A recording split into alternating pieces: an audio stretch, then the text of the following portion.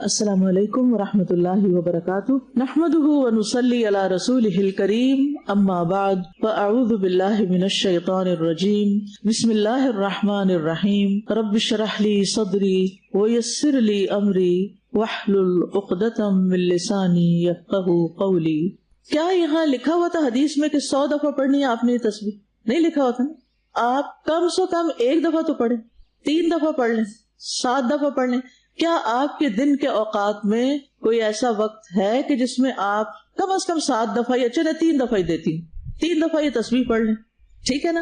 بس وہ ٹائم اپنا نوٹ کرے کہ کسی نماز کے بعد ہو سکتا ہے، کسی کھانے کے بعد ہو سکتا ہے، سوتے وقت ہو سکتا ہے، جاگنے کے بعد واک کے دوران ہو سکتا ہے، ٹریول کرتے ہوئے ہو سکتا ہے، کوکنگ کرتے ہوئے ہو سکتا ہے، لیکن وہ روزانہ کا وہی وقت ہونا چاہیے۔ یہ سنت سے ثابت نہیں کہ میں آپ کو بتاؤں عصر کے وقت یہ کریں، نہیں، عصر کے بعد کی تسبیح وہ بتا دی گئی، سبحان اللہ و بحمدہ والی، کچھ اور بھی ہیں۔ تو آپ اپنے لیے جو آپ کو وقت مقرر کریں، اور یہ وقت کی پابندی کیوں ہے؟ تاکہ ہم اس کو کرتے رہیں، اور تھوڑا تھوڑا بھی کریں گے تو قیامت کے دن جب ہماری کتاب عمل ہمیں دکھائی جائے گی تو اس میں یہ تسبیحات ہوں گی، تو اس سے آپ کا دل خوش ہو جائے گا۔ مثلا میں نے اپنے لیے فجر کی نماز کے بعد میں نے اپنے کچھ اوراد یا دعائیں کہہ لیں، اس کے ساتھ اس کو باندھا ہوا ہے، لازماً اس کو پڑھنا ہے، اور الحمدللہ اس کا فائدہ ہوتا ہے مجھے۔ کل سے کچھ لوگوں نے جو فیڈ بیک مجھے ڈائریکٹ دی، اس میں الحمدللہ 3 لوگ ایسے تھے جنہوں نے اپنی بیماری کا ذکر کیا، جیسے سر درد یا کچھ اور پھر کہا کہ میں نے جب یہ تسبیح مسلسل پڑھنی شروع کی اور اس کے بعد میری بیماری غائب تھی، اور مجھے حیران کن انکشاف ہوا۔ اگر ایک بندہ کہتا تو میں کہتی چلے اس کا ایکسپیرینس ہے، جب ایک بات 3 بندے کہہ رہے ہیں تو اس کا مطلب ہے کہ پھر کچھ ہے صحیح اس میں۔ اور ویسے بھی جو فضیلت اس کی بتائی گئی اس میں کیا کیا باتیں تھیں۔ نمبر 1، جو شخص مال خرچ کرنے سے بخل کرے۔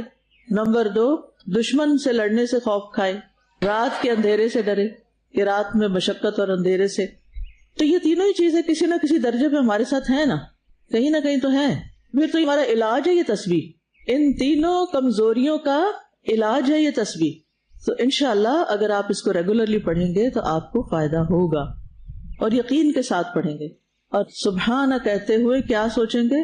اسبح، دل میں زبان سے تو سبحانہ ہی کہیں گے، اسبح اللہ سبحانہ، کہ جیسے اللہ کی تسبیح کی جانی چاہیے ویسی تسبیح کرتی ہیں۔ الحمدللہ کہتے ہوئے کیا سوچیں گے؟ محبت کے ساتھ اللہ کی تعریف کریں گے۔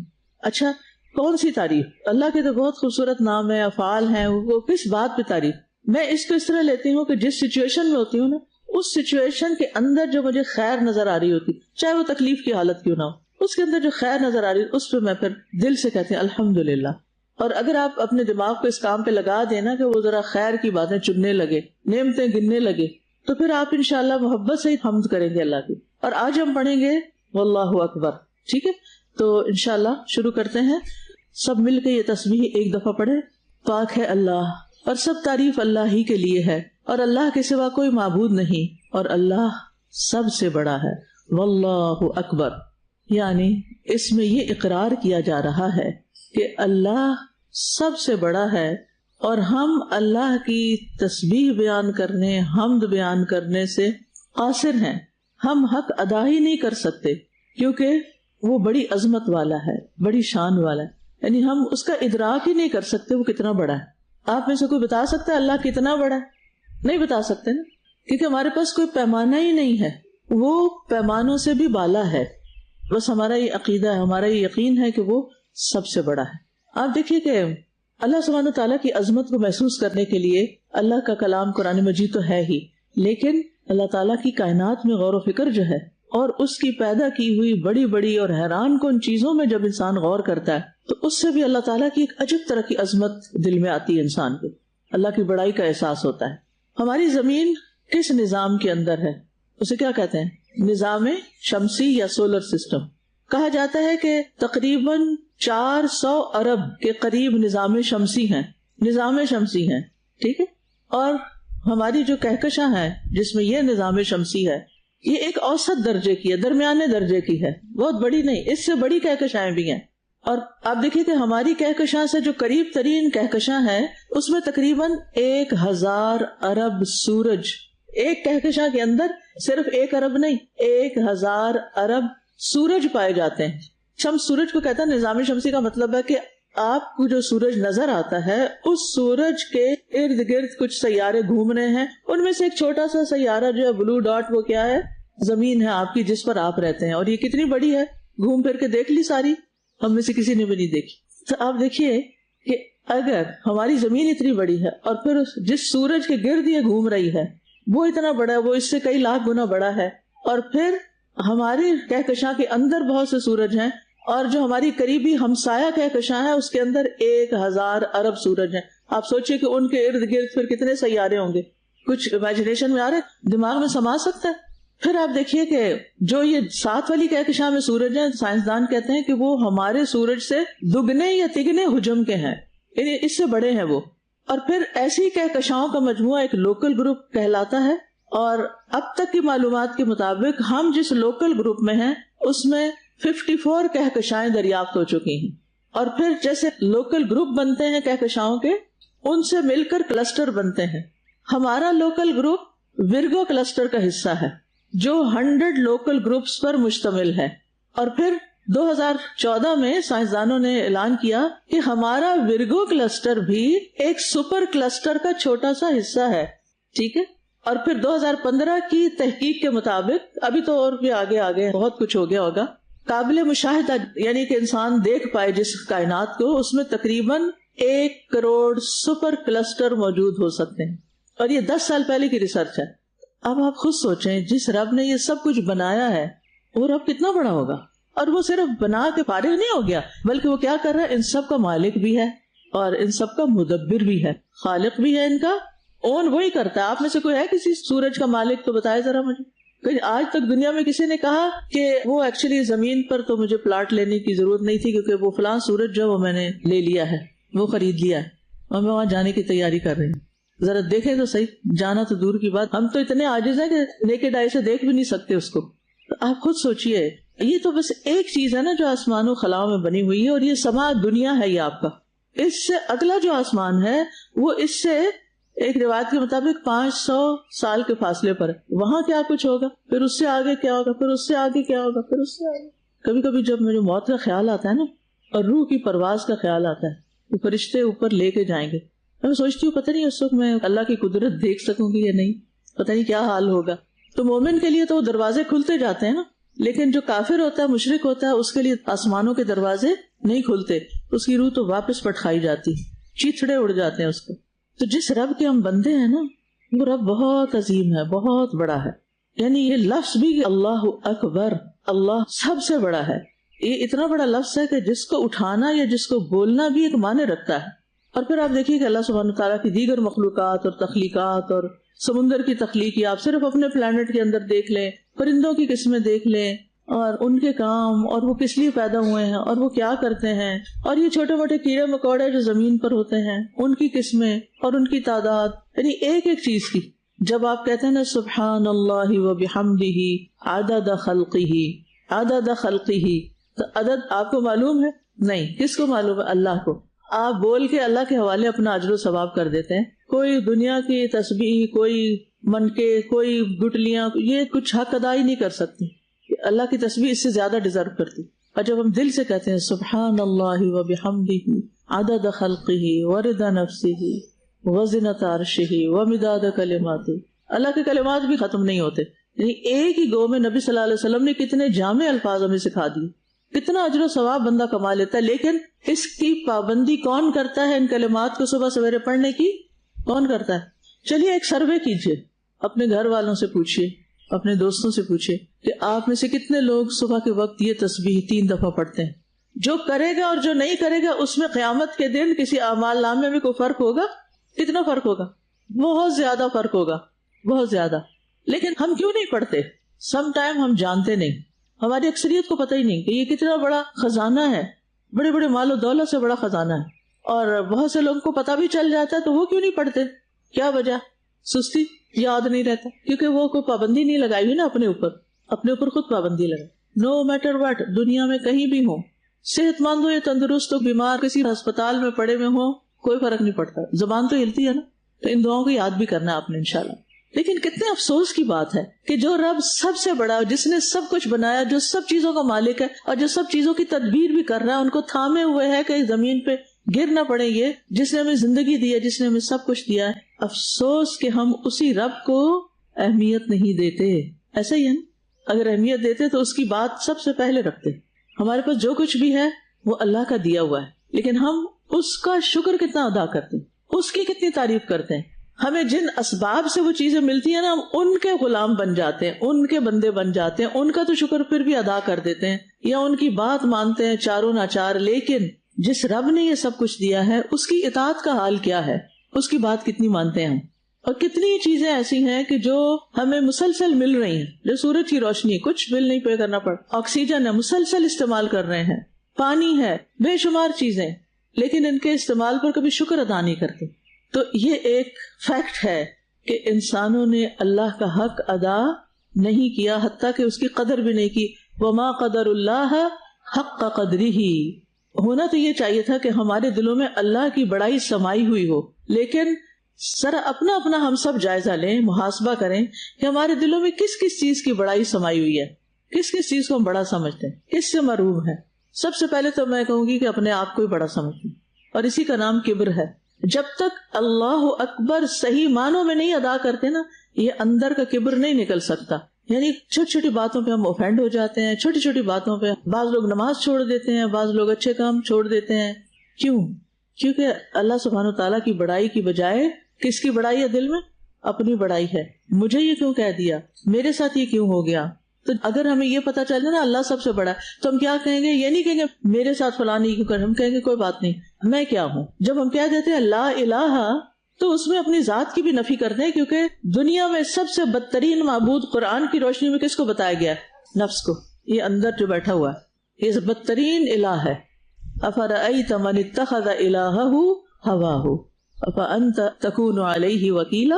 تو ہم جب اللہ کو بڑا سمجھنے لگیں گے تو اس میں اللہ تعالیٰ کو کوئی فرق نہیں پڑنا. وہ آپ سمجھے کہ نہ سمجھے وہ بڑا ہی ہے، لیکن کس کو فرق پڑے گا؟ کہاں تبدیلی آئے گی؟ کیا وہ شخص جو اللہ کو بڑا سمجھتا ہے اور وہ شخص جو اپنی بڑائی کے گھمنڈ میں مبتلا ہے، یہ دو انسان ایک جیسے ہو سکتے ہیں؟ نہیں ہو سکتے. جو اللہ کو بڑا سمجھتا ہے نا وہ اپنے آپ کو عاجز سمجھتا ہے، وہ اپنی ذات کی نفی کرتا ہے. اور جو اپنے آپ کو بڑا سمجھتا ہے پھر وہ اللہ کی بڑائی بیان نہیں کر سکتا حقیقی معنوں میں. اور پھر آپ دیکھیے کہاں سے جنم لیا شرک نے، کہ اللہ کے ساتھ اوروں کو بھی بڑا سمجھ لیا، ان کو بھی کسی قابل سمجھ لیا اور ان سے ہم نے امیدیں وابستہ کر لی.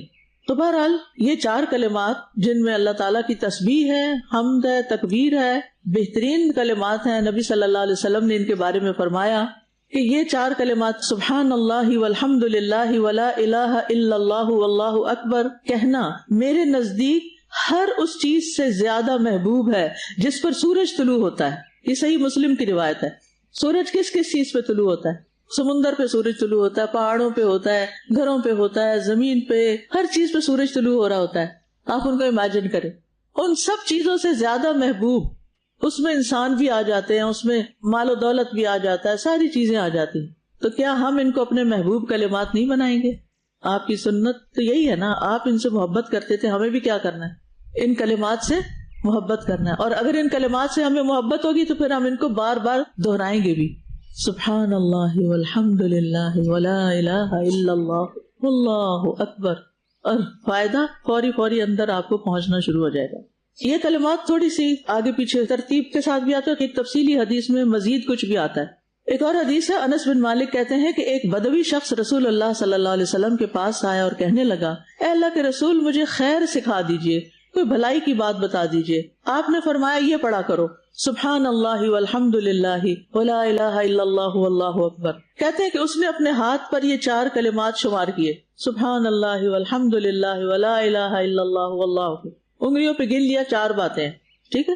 پھر چلا گیا، پڑھتا رہا، پھر واپس آیا.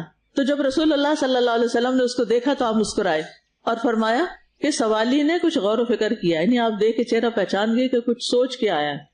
تو اس نے عرض کیا، اللہ کے رسول سبحان اللہ والحمد للہ ولا الہ الا اللہ واللہ اکبر یہ سب تو اللہ کے لیے، یہ تو اللہ کی تعریف ہے، میرے لیے کیا ہے؟ تو رسول اللہ صلی اللہ علیہ وسلم نے فرمایا کہ جب تو سبحان اللہ کہتا ہے تو اللہ تعالیٰ فرماتا ہے تو نے سچ کہا، جب تو الحمد للہ کہتا ہے تو اللہ تعالیٰ فرماتا ہے تو نے سچ کہا، اور جب تو لا الہ الا اللہ کہتا ہے تو اللہ تعالیٰ فرماتا ہے تو نے سچ کہا، اور جب تو اللہ اکبر کہتا ہے تو اللہ تعالیٰ فرماتا ہے سچ کہا. ٹھیک ہے. اور جب تو اللہم اغفر لی کہے گا تو اللہ تعالیٰ فرمائے گا میں نے کر دیا. کیا مطلب ہے اللہم اغفر لی؟ اللہ مجھے بخش دے. اللہم ارحمنی، اللہ مجھ پہ رحم فرمایا، تو اللہ تعالیٰ کیا فرمائے گا؟ میں نے کر دیا رحم تم پہ. اور تو جب کہے گا اللہم ارزقنی تو اللہ تعالیٰ فرمائے گا میں نے کر دیا کہ اللہ مجھے رزق دے. تو اعرابی نے اپنے ہاتھ پر پھر 7 کلمات شمار کیے، 4 یہ اور 3 کون سے؟ اللہم اغفر لی، اللہم ارحمنی، اللہم ارزقنی. ٹھیک ہے. تو آپ نے اب ان کا بھی اضافہ کر لینا ہے. اور یہ 3 چیزیں اگر اللہ کے وعدے کے مطابق مل گئی تو پھر کسی چیز کی کمی رہے گی دنیا میں؟ سب کچھ مل گیا. ہمیں نہ مانگنے کا ڈھنگ نہیں آتا. پھر اسی طرح یہ تسبیحات پڑھنا ایک طرح کا صدقہ کرنا بھی ہے، صدقے کا نعم البدل بھی ہے. نبی صلی اللہ علیہ وسلم نے فرمایا تم میں جو کوئی آدمی صبح کرتا ہے اس کے ہر جوڑ پر صدقہ لازم ہے. تو ہر مرتبہ سبحان اللہ کہنا صدقہ ہے، ہر مرتبہ الحمدللہ کہنا صدقہ ہے، اور ہر مرتبہ لا الہ الا اللہ کہنا صدقہ ہے، ہر مرتبہ اللہ اکبر کہنا صدقہ ہے، نیکی کا حکم دینا صدقہ ہے، اور برائی سے روکنا صدقہ ہے. تو اس طرح ہمارا صدقہ بھی ادا ہو جاتا ہے. یعنی بعض اوقات تو آپ کالا بکرا صدقہ کرتے ہیں نا، لیکن ہر ایک کے پاس کالا بکرا نہیں ہوتا.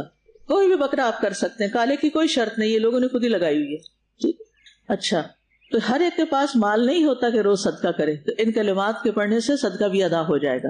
یعنی ایک اور فائدہ رسول اللہ صلی اللہ علیہ وسلم نے فرمایا بے شک اللہ نے 4 قسم کے جملے منتخب فرمائے: سبحان اللہ والحمد للہ ولا الہ الا اللہ واللہ اکبر. جو شخص سبحان اللہ کہے اس کے لیے 20 نیکیاں لکھی جاتی ہیں اور اس سے 20 گناہ معاف کر دیے جاتے ہیں. اور جو شخص اللہ اکبر کہے اس کے لیے بھی یہ ثواب ہے، اور جو لا الہ الا اللہ کہے اس کا بھی یہی ثواب ہے. اور جو شخص اپنی طرف سے الحمدللہ رب العالمین کہے اس کے لیے 30 نیکیاں لکھی جاتی ہیں یا 30 گناہ معاف کر دیے جاتے ہیں. تو اس سے کیا پتہ چلتا ہے کہ یہ کلمات گناہوں کا کفارہ بھی ہیں. اب فائدے لکھتے جا رہے ہیں، صدقہ بھی ہیں، گناہوں کا کفارہ بھی ہیں. مسند احمد کی ایک روایت میں ہے نبی صلی اللہ علیہ وسلم نے فرمایا روئے زمین پر جو آدمی بھی یہ کہہ لے لا الہ الا اللہ واللہ اکبر وسبحان اللہ والحمد للہ ولا حول ولا قوۃ الا باللہ، یہ اس کے سارے گناہوں کا کفارہ بن جائیں گے، اگرچہ وہ سمندر کی جھاگ کے برابر ہی کیوں نہ ہوں. اسی طرح ایک اور روایت میں آتا ہے کہ رسول اللہ صلی اللہ علیہ وسلم ایک درخت کے پاس سے گزرے جس کے پتے سوکھ چکے تھے. آپ نے اس پر اپنی لاٹھی ماری تو پتے جھڑنے لگے. پھر آپ نے فرمایا الحمدللہ وسبحان اللہ ولا الہ الا اللہ واللہ اکبر. اب میں نے جس پہلے عرض کیا نا ترتیب کا فرق بھی ہے، کبھی الحمدللہ پہلے ہے، کبھی سبحان اللہ پہلے ہے، بات وہی ہے. یہ کہنے سے بندے کے گناہ اسی طرح جھڑتے ہیں جس طرح یہ درخت کے پتے جھڑے. اس سے ایک اور بات بھی سیکھنے کو مل رہی ہے، وہ کیا ہے؟ نبی صلی اللہ علیہ وسلم کی تعلیم و تدریس کا، تربیت کا طریقہ کہ ہر بات صرف زبانی نہیں بتاتے تھے، کچھ چیزیں مثال سے اور کچھ ایکٹیویٹی کے ذریعے سکھاتے تھے، اس سے انسان کو جلدی سمجھ آ جاتی. اچھا، اب اس سے ملتے جلتے کچھ اور کلمات بھی ہیں جو لکھے ہوئے ہیں. اللہ سب سے بڑا ہے، بہت بڑا، کبیرہ فعیل کے وزن پر، اور سب تعریف اللہ ہی کے لیے ہے، بہت زیادہ، کثیرہ بہت کثرت سے. اور صبح اور شام اللہ کی پاکی ہے، اور اللہ کی پاکی بیان کرتی ہوں میں صبح اور شام. صبح شام بندہ کرتا ہے دن کے 2 اطراف کناروں پر، تو کیا ہے دن پورا بیچ میں آتا ہے. جو کام صبح آپ کے منہ سے ہو نا پھر دن میں بھی وہ یاد آ جاتا ہے، جو رات ہونے پہ پڑھے تو وہ رات کو بھی پھر آپ کی آنکھ کھلتی ہے تو آپ پڑھ لیتے ہیں. ابن عمر کہتے ہیں، صحیح مسلم کی روایت ہے کہ ایک دفعہ ہم رسول اللہ صلی اللہ علیہ وسلم کے ساتھ نماز پڑھ رہے تھے کہ لوگوں میں سے ایک آدمی نے کہا اللہ اکبر کبیرہ والحمد للہ کثیرہ وسبحان اللہ بکرۃ واصیلا. رسول اللہ صلی اللہ علیہ وسلم نے پوچھا یہ کلمہ کہنے والا کون ہے، کس نے پڑھا؟ یہ لوگوں میں سے ایک آدمی نے کہا اللہ کے رسول وہ میں ہوں. یہ نہیں کہ چپ ہو گئے سارے، جواب دیا کہ وہ میں ہوں. آپ نے فرمایا مجھے ان پر بہت حیرت ہوئی، ان کے لیے آسمان کے دروازے کھول دیے گئے. ابن عمر کہتے ہیں میں نے جب سے آپ سے یہ بات سنی اس کے بعد ان کلمات کو کبھی نہیں چھوڑا. یہ تھے صحابی، خیر کی بات سنی، نیکی کی بات سنی، پھر پلے باندھ لی، کبھی چھوڑا ہی نہیں اس کو. دعا سیکھنا تو اپنی جگہ ہے، صحابہ کے طریقے بھی سیکھیں اور علم کو عمل میں لانے کا طریقہ بھی سیکھیں. اب اپنے دماغ میں پلان کریں کس وقت پڑھیں گے. آپ یہ سوچ لیا، لکھ بھی لیں، پھر یہ نہ گھر جا کے یاد ہی نہ رہے، اگلے دن یاد ہے وہ میں نے پڑھنا تھا پر سوری یاد نہیں رہا. کتنی بڑی بات ہے، آسمان کے دروازے کھل رہے ہوں آپ کی تسبیح کے لیے، یعنی عزت دینے والی بات ہے نا. اس کی اہمیت بتانے کی بات ہے. اور اس میں آپ دیکھیں وہ دل بھر کے کر نا اللہ اکبر کبیرہ، یعنی صرف اللہ اکبر نہیں کہا، اس میں ساتھ اضافہ کر لیا، یعنی میں نے اللہ کی بڑائی بیان کی بہت ہی زیادہ. اور یہ کہنا دراصل اللہ تعالیٰ کے حکم کو ماننا ہے. قرآن مجید میں آتا ہے وَكَبِّرْهُ تَكْبِيرًا، وَكَبِّرْهُ تَكْبِيرًا، اور اس کی بڑائی بیان کرو، بڑائی بیان کرنا، کیونکہ اللہ تعالیٰ سب سے بڑا ہے، اس سے بڑا کوئی اور ہے ہی نہیں، اس سے برتر کوئی نہیں، اس سے زیادہ مہربان کوئی نہیں، اس سے زیادہ بخشنے والا کوئی نہیں. جتنی بھی اس کی صفات ہیں، جتنے بھی اس کے افعال ہیں، اس میں کوئی نہ اس کے مقابل ہے نہ اس سے آگے ہے کوئی، وہی سب سے بڑا ہے. اپنی ذات میں بلند ہے، اپنی صفات میں بلند ہے. کیا اللہ سے زیادہ کسی کے پاس طاقت ہے؟ نہیں. کیا اللہ سے بڑھ کر کسی کے پاس قدرت ہے؟ کوئی اور قادر ہے اللہ سے بڑھ کے؟ نہیں. کیا کوئی اور اللہ سے بڑھ کر بے نیاز ہے، غنی ہے؟ نہیں. کیا اس سے بڑھ کر کوئی رحم فرمانے والا ہے؟ اور کوئی بات سوچیں اس سے بڑھ کر، اس سے زیادہ کوئی علم والا ہے، اس سے زیادہ کوئی بلندی والا ہے، اس سے زیادہ وسعتوں والا کوئی ہے، الواس ہے، اس سے زیادہ کوئی محبت کرنے والا ہے، اس سے زیادہ کوئی ہے جس سے محبت کی جائے. الودود کے دو معنی ہوتے ہیں نا، محبت کرنے والا اور وہ جس سے محبت کی جائے.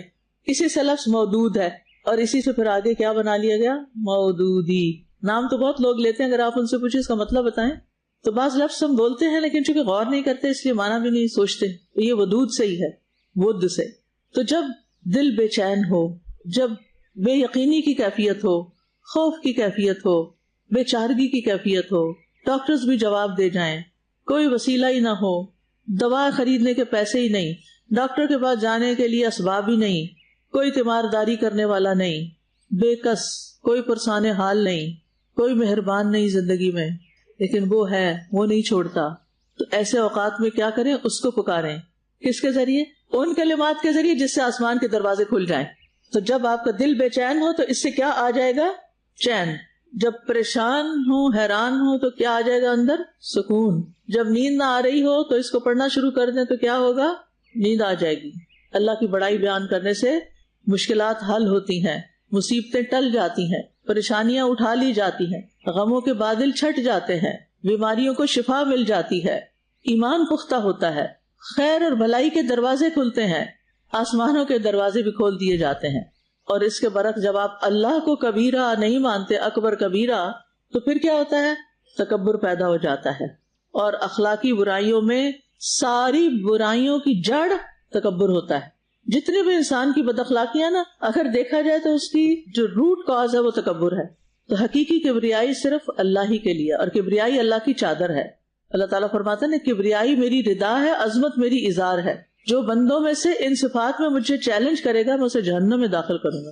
ایک روایت میں آتا ہے جہنم میں پھینک دوں گا. تو متکبر ہونا دراصل اللہ کی بڑائی کو چیلنج کرنا ہے، اور یہ اللہ تعالیٰ کو پسند نہیں. بندے کے لیے اللہ تعالیٰ کو کیا پسند ہے؟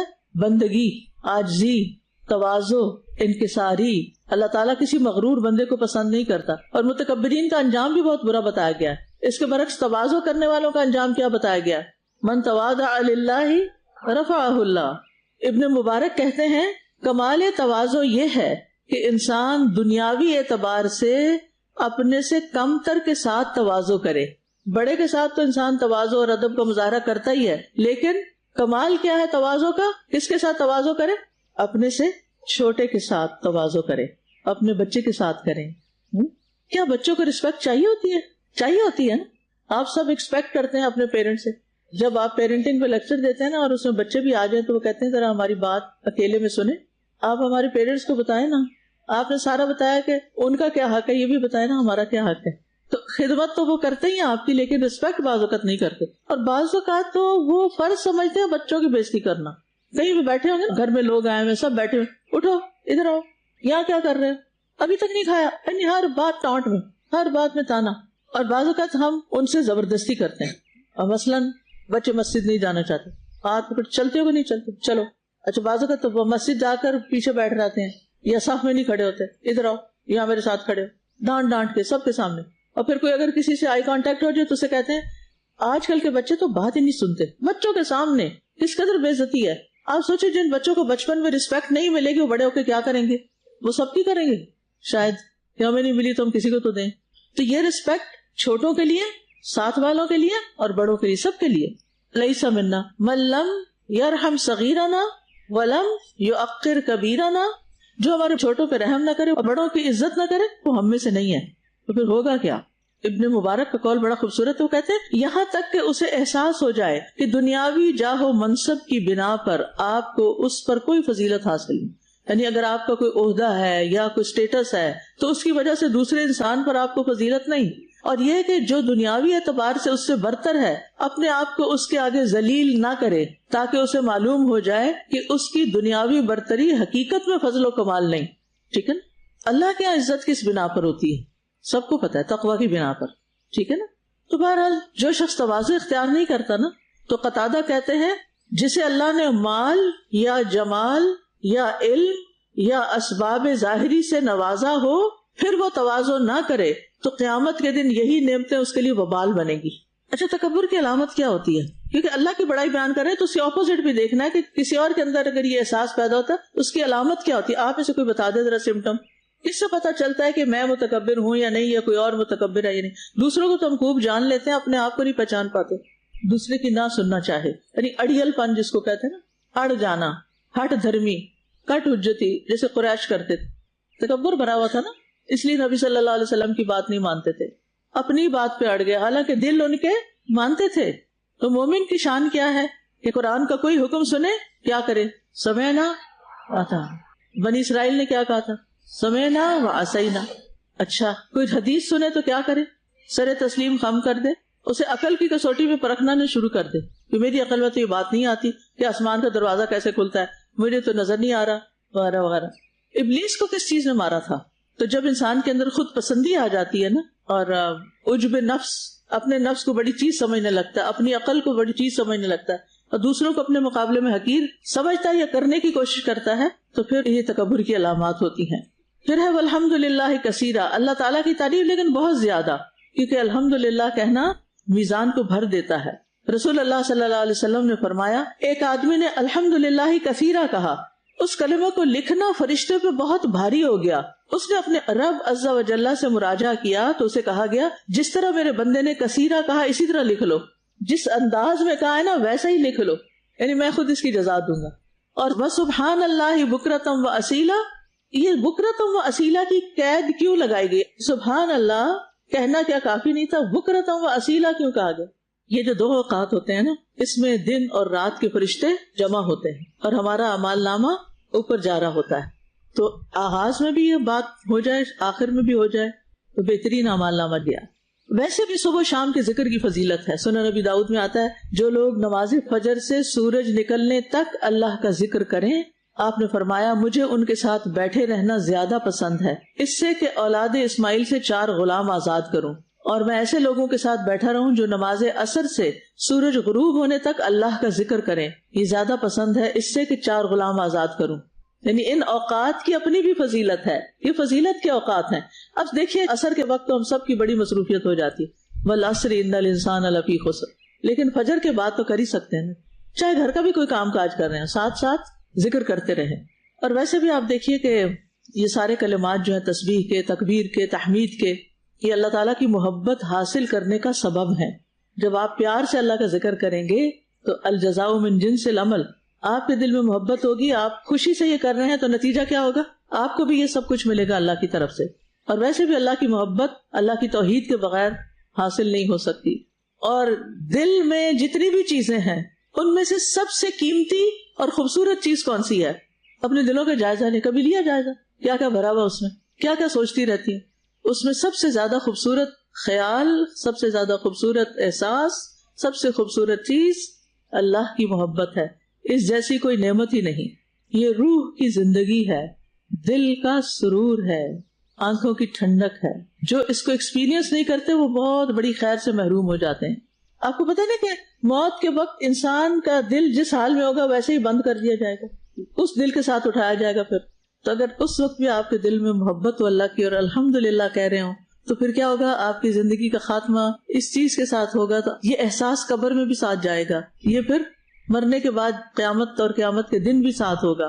تو اللہ کی محبت پانے کے لیے آپ نے کیا کرنا ہے؟ تسبیحات کی پابندی کرنی ہے، صبح و شام پڑھنی ہے. اور اللہ کی محبت کے بھی درجات ہیں. کچھ لوگوں کے اندر ہوتی ہے محبت، کسی بھی مخلوق کے اندر، کئی نان مسلم کے اندر ہوتی ہے، لیکن جو ایمان والے ہوتے ہیں اللہ تعالیٰ ان کی محبت کو اشد حباً کہتے ہیں. سب سے زیادہ محبت. اور اس کی دعا بھی کرنی چاہیے, اللہم انی اسألک حبک وحب من یحبک وحب عمل یقربنی الی حبک. جب اللہ سے محبت ہوتی ہے تو پھر کس چیز سے محبت سب سے زیادہ ہوتی ہے؟ قرآن سے, کیونکہ باقی چیزیں اللہ کی مخلوق ہے اور قرآن کیا ہے؟ اللہ کا کلام ہے, اور کلام اللہ کی صفت ہے, تو آپ کو اس سے محبت ہو جاتی ہے. اس کے بعد اللہ کے رسول صلی اللہ علیہ وسلم سے محبت ہوتی ہے, اس دین سے, اور جو دین میں عمل کرنے والے لوگ ہیں ان سے بھی محبت ہوتی ہے, خود بخود ہوتی ہے, کوئی اور نہیں ڈالتا. صحابہ آپ کے رشتہ دار تھے, کوئی محبت ہے نا, کیوں ہے؟ صحابیات سے محبت کیوں ہے؟ انہوں نے دین سے محبت کی اور دین کی خاطر قربانیاں کی. تو یہ محبت کی ایک مٹھاس بھی ہوتی, ایک خوبصورتی ہوتی. جب وہ دل میں آ جاتی ہے نا تو دنیا کی اٹریکشن کم ہو جاتی ہے, یہ اس کی علامت ہوتی ہے, اور انسان گناہوں اور نافرمانیوں سے بچنے لگتا ہے. اور پھر اللہ تعالیٰ کی حقیقی معنوں میں قدر آتی ہے, دل میں تعظیم آتی ہے, اللہ کی عبادت کو دل چاہتا ہے. انسان ان سے محبت کرتا ہے جو اللہ سے محبت کرتے ہیں, اور ان سے بغض رکھتا ہے جو اللہ سے بغض رکھتے ہیں. پھر اعمال میں استقامت آتی ہے. تو ہم سب کے لیے ضروری ہے کہ کیا کریں؟ اللہ کی محبت حاصل کرنے کی کوشش کریں. کیسے؟ اللہ کی محبت کی باتوں کو انجوائے کر کے. آپ دیکھیں جس سے محبت ہوتی ہے نا, کوئی اس کا ذکر کر دے, دل کی کیسی حالت بدلتی. ماؤں کو بچوں سے محبت ہوتی ہے, ہر جگہ ان کی باتیں کرتی ہیں کیونکہ ان کو مزہ آتا ہے اس کی بات کر. تو جس سے اللہ سے محبت ہوتی ہے اس کو مزہ آتا ہے اللہ کی بات کر کے. اور یہ پیدا کیسے ہوگی؟